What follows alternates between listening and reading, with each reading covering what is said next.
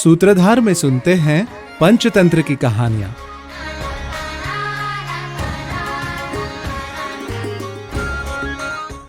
आज से लगभग 2000 साल पहले भारत के दक्षिण में महिला रौप्य नाम का एक नगर था, जहां अमर शक्ति नामक राजा राज्य करता था।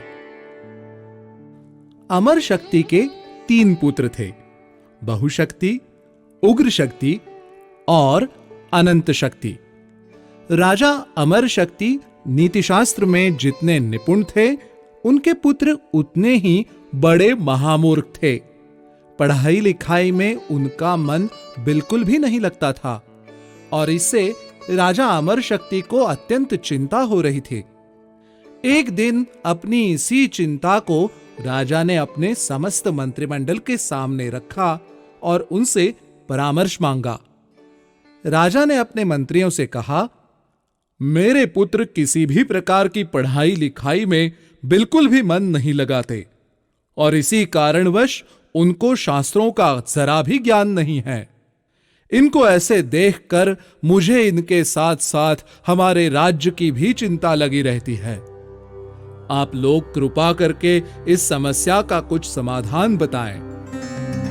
सभा में उपस्थित एक मंत्री ने कहा, राजा, पहले 12 वर्षों तक व्याकरण पढ़ी जाती है, उसके बाद मनु का धर्मशास्त्र, चाणक्य का अर्थशास्त्र और फिर वात्सायन का कामशास्त्र पढ़े जाते हैं, तब जाकर ज्ञान की प्राप्ति होती है।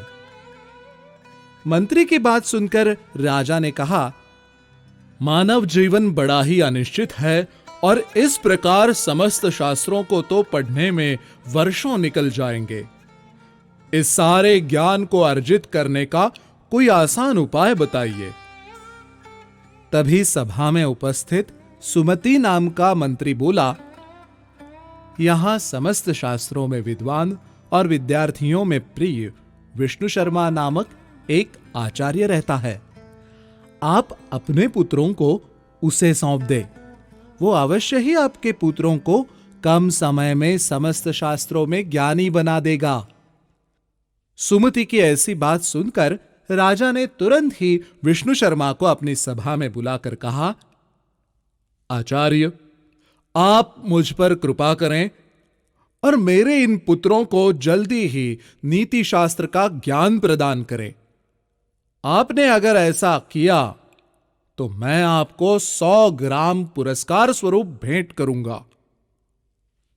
राजा की बात सुनकर विष्णु शर्मा बोले, राजन, मुझ ब्राह्मण को 100 ग्रामों का क्या लोभ। मुझे आपका पुरस्कार नहीं चाहिए।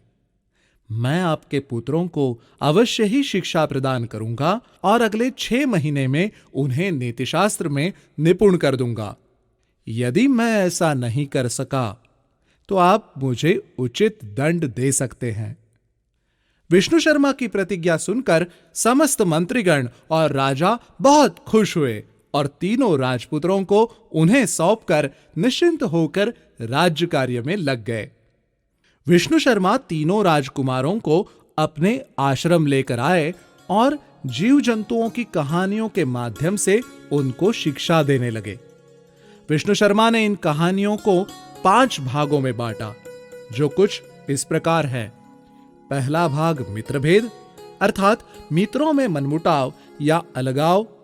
दूसरा भाग मित्र संप्राप्ति, यानी मित्र प्राप्ति और उसके लाभ।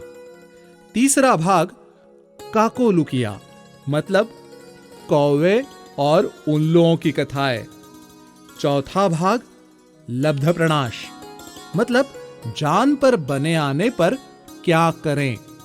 और 5वां भाग अपरीक्षित कारक, अर्थात जिसके विषय में जानकारी ना हो तो हड़बड़ी में कदम ना उठाएं। इन्हीं नैतिक कहानियों के द्वारा विष्णु शर्मा ने तीनों राजकुमारों को 6 महीने में ही नीतिशास्त्र में विद्वान बना दिया।